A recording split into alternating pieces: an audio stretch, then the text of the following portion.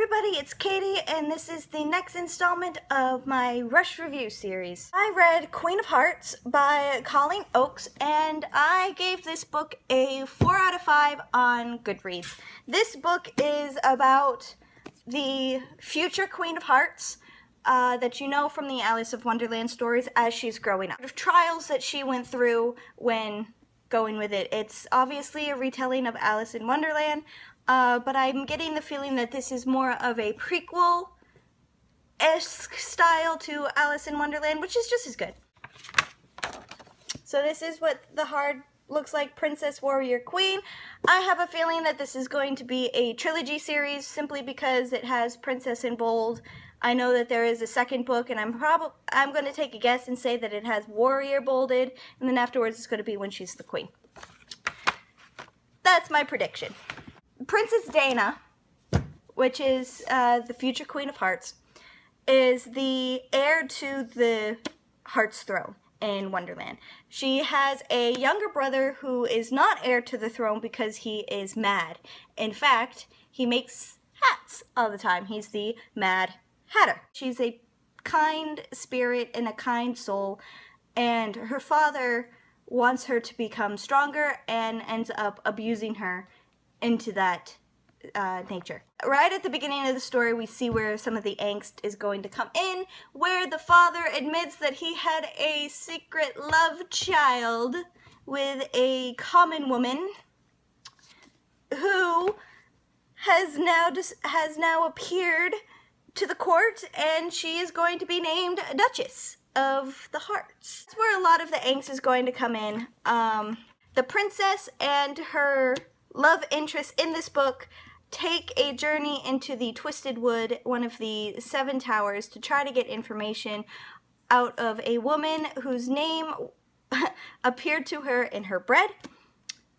And when she does, stuff happens.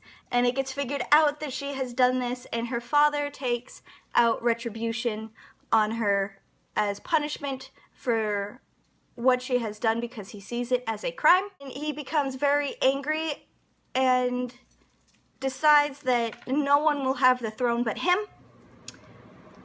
And he does a lot of things to break her heart in a lot of different ways. And it ends up with her trying to protect her own life. And she's by herself at the end of the book.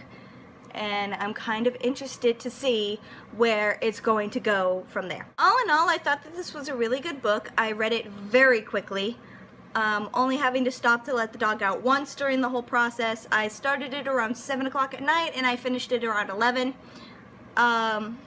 It is 306 pages long. It was fast-paced, it moved quickly. I never really felt that there was a dull moment. There were plenty of times where I was actually laughing out loud at some of the things that were happening in this book, and I recommend this book. Definitely a young adult book, so keep that in mind. There's a couple innuendos that come into play with this book, and just, you know, be prepared for that. It is a young adult book.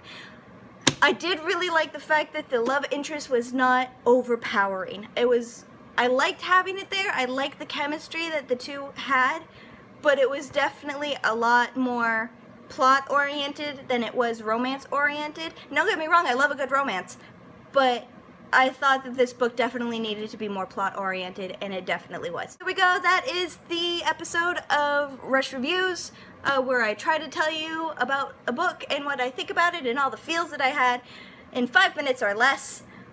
So follow me on my social media. I'm on Twitter, Tumblr, Instagram, Snapchat, Facebook, at Goodreads. You can find all of that information in the description below, and insert a creative outro here, and I will talk to you later. Bye!